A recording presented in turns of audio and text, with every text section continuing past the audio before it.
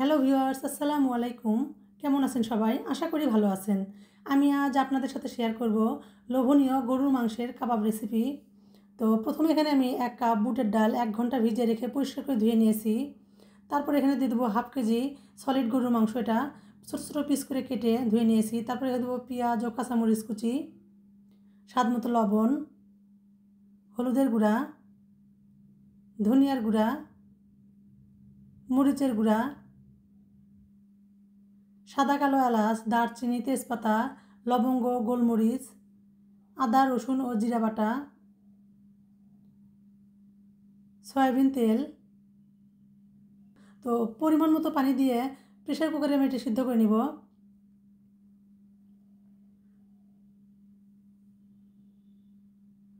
তারপর যখন এটা পানিটা শুকিয়ে আসবে, এরকম আঠালো হয়ে আসবে, তখন এটা আমি চুলা থেকে নামিয়ে ঠান্ডা করে নিব। তারপর এটা আমি ব্লেন্ডার জারে দিয়ে ব্লেন্ড করে নিব।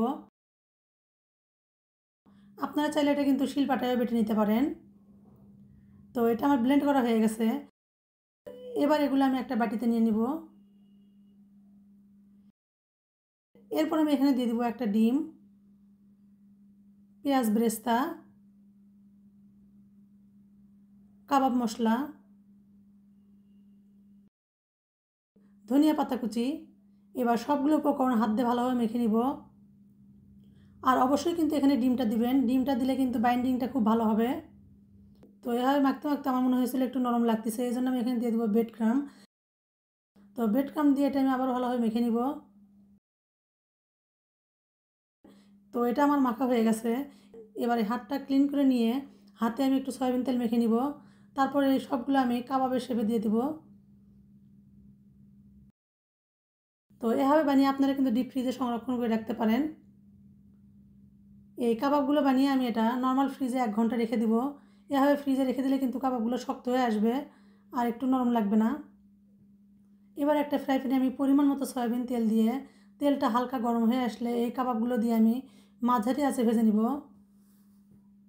অবশ্যই কিন্তু এগুলো মাঝারি আঁচে ভেজে নেবেন, না হলে কিন্তু একদম উপর থেকে পুড়ে যাবে আর খেতেও ভালো লাগবে না। আর এই কাবাবটা মাখার সময় অবশ্যই কিন্তু এখানে ডিমটা ব্যবহার করবেন। ডিমটা দিলে কিন্তু কাবাবের এই বাইন্ডিংটা খুব ভালো হয়, কাবাবগুলো ভাজার সময় একটাও ভেঙে যাবে না।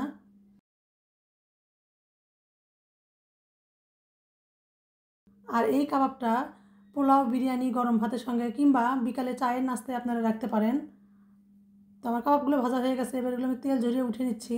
তো দেখে হয়তো বুঝতেছেন কতটা সুন্দর ও লোভনীয় হয়েছে। আপনারা এভাবে একবার ট্রাই করে দেখবেন।